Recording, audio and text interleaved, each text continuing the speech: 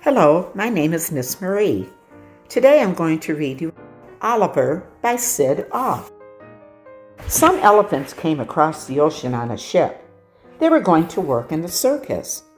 One elephant's name was Oliver. When they had landed, the circus man counted them. 1, 2, 3, 4, 5, 6, 7, 8, 9, 10 elephants. And 1 makes 11, said Oliver. There must be a mistake.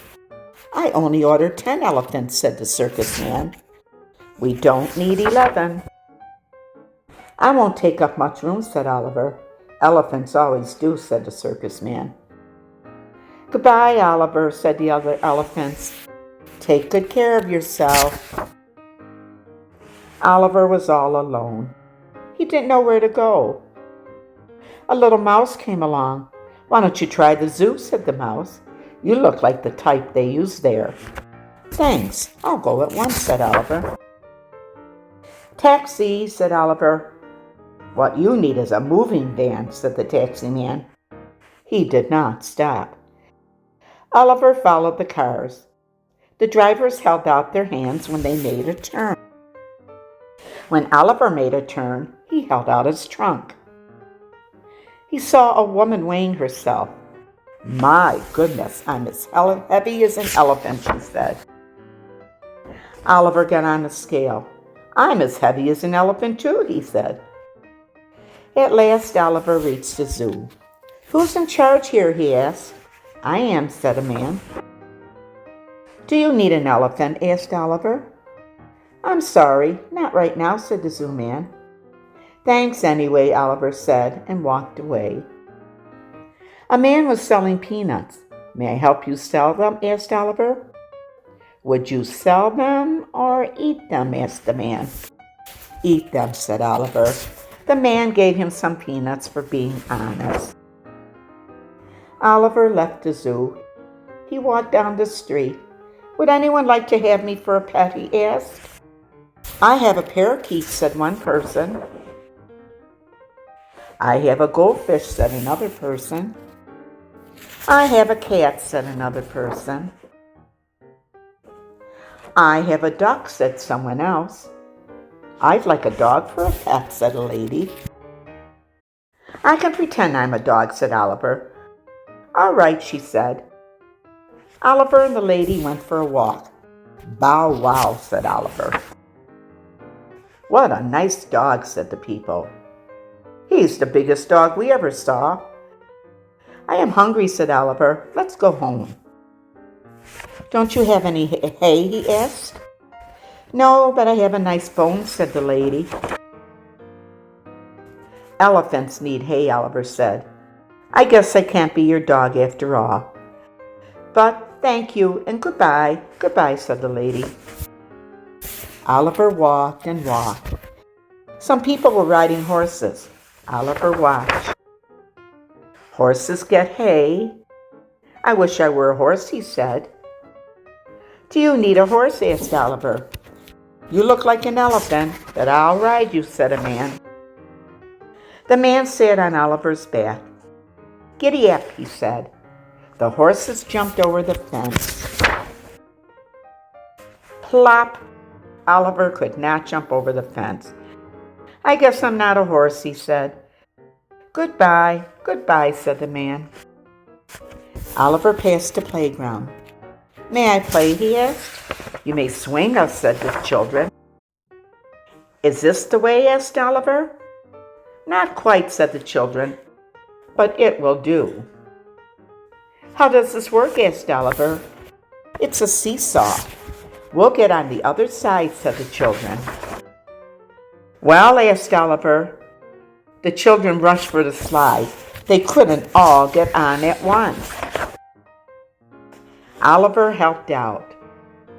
It was time to rest. The children talked about what they wanted to be when they grew up. I want to be a policeman, said Tommy. I want to be a nurse, said Mary. I want to be a cowboy, said Ben. I always wanted to work in a circus, said Oliver. I could be a dancing elephant. He started to dance for the children.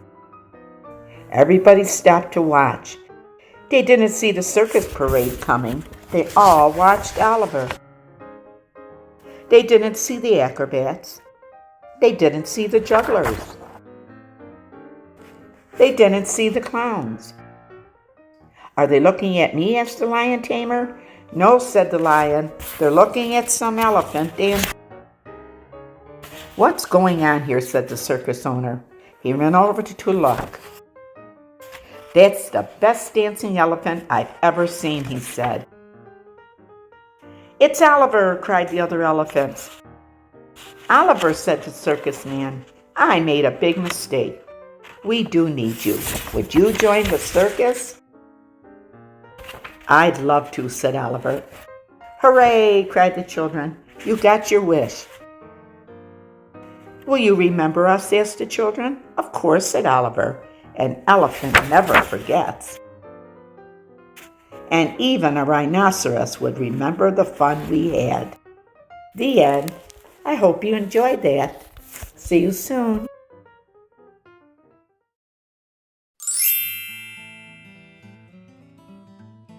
This is Auntie Rose, and I'm reading a story called Big Little Elephant, written by Valerie Gorbachev. Little Elephant lived in a cozy house. He had lots of fun, toys, books, a caring mother, and a father. But Little Elephant had a big problem. He did not have any friends. Little Elephant spent lots of time dreaming about meeting a friend. One day, Little Elephant was out walking, alone as always. Suddenly, in the distance, he saw a big group of small friends playing in the water. Oh, they looked very happy. Oh, gasped Little Elephant, maybe I could play with them. Hello, he said. I'm Little Elephant. Can I play with you? Sure, said Heron. Come splash in the lake with us. It's lots of fun, called the green frog and the yellow frog. And after playing the water, we can jump rope, said the heron. It's a lot of fun, said green frog and yellow frog. Then we can play hopscotch, said turtle. That's fun too, cried the frog. Okay, said Little Elephant. He jumped into the water and made a big splash. Stop, stop, stop, cried Heron, turtle, frog. I'm sorry, said Little Elephant. Maybe I'm not good at splashing water. Could we jump rope instead? Well, we're not sure, said Heron, turtle, and the frogs.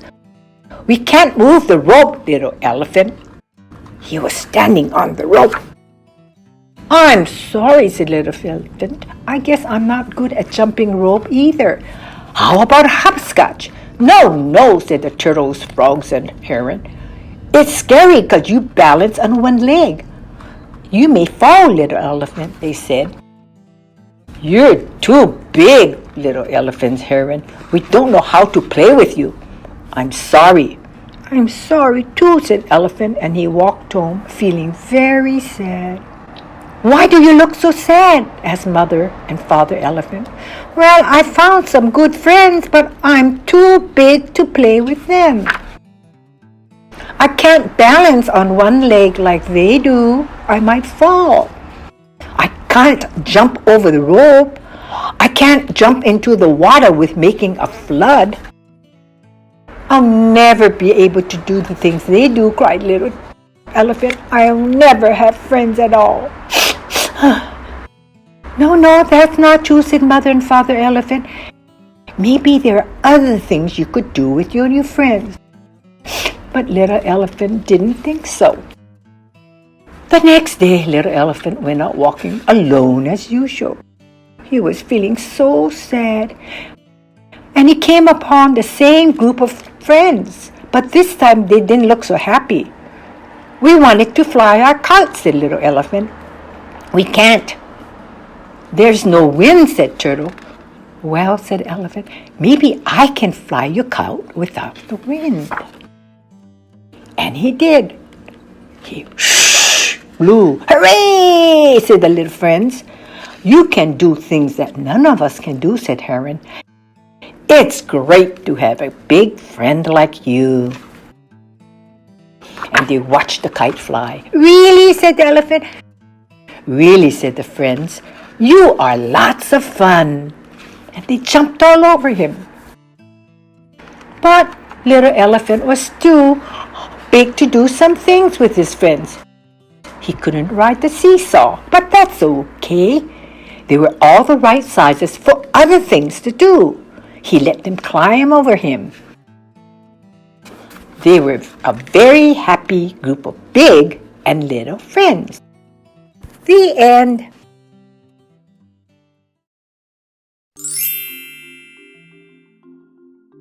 Hello, this is Mr. Bob.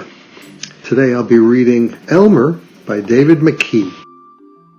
There once was a herd of elephants. Elephants young, elephants old, elephants tall and short, fat and thin. All were different, but all were happy and almost all were the same color. All except Elmer. Elmer was not elephant color, he was patchwork. Elmer was yellow and orange and red and pink and purple and blue and green and black and white. It was Elmer who kept the other elephants happy. Their games and jokes were always his idea. If an elephant was laughing, the cause was usually Elmer. But Elmer himself wasn't happy. Who ever heard of a patchwork elephant, he thought to himself. No wonder they laugh at me. One morning, just as the others were waking up, Elmer slipped away. As he walked through the jungle, Elmer met other animals. "Good morning, Elmer," they said. After a long walk, Elmer found what he was looking for. A large bush covered with elephant-colored berries. Elmer caught hold of the bush and shook it until the berries fell on the ground. Then Elmer lay down and rolled over on the berries, this way and that. He picked up bunches of berries and rubbed himself all over until he was covered with berry juice. When he had finished, there wasn't a sign of any yellow, or orange, or red, or pink, or purple, or blue, or green, or black, or white. Elmer looked like any other elephant. On his way back through the jungle, Elmer passed the other animals. "Good morning, elephant." When Elmer rejoined the herd, none of the other elephants noticed him.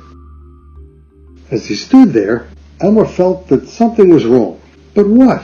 He looked around. Same old jungle, same old blue sky, same old rain cloud, same old elephants.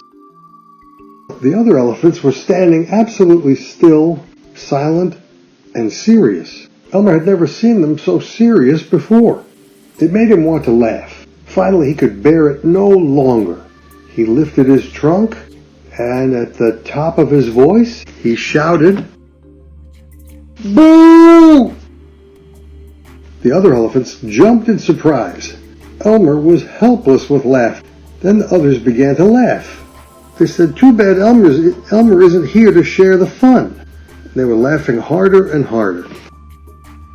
And then the rain cloud burst. When the rain fell on Elmer, his patchwork started to show again. "Oh, Elmer," gasped an old elephant as Elmer was washed back to normal. "You've played some good jokes, but this has been the biggest laugh of all. What will we do without you?" "We must celebrate this day every year," said another elephant. "The day of Elmer's best joke. All of us elephants will decorate ourselves in his honor," said a third one. "And Elmer will decorate himself elephant color." And one day each year, the elephants color themselves yellow, or orange, or red, or pink, or purple, or blue, or green, or black, or white, and they have a parade. If you happen to see an elephant in the Elmer's Day Parade who is ordinary elephant color, you will know it must be Elmer. The end.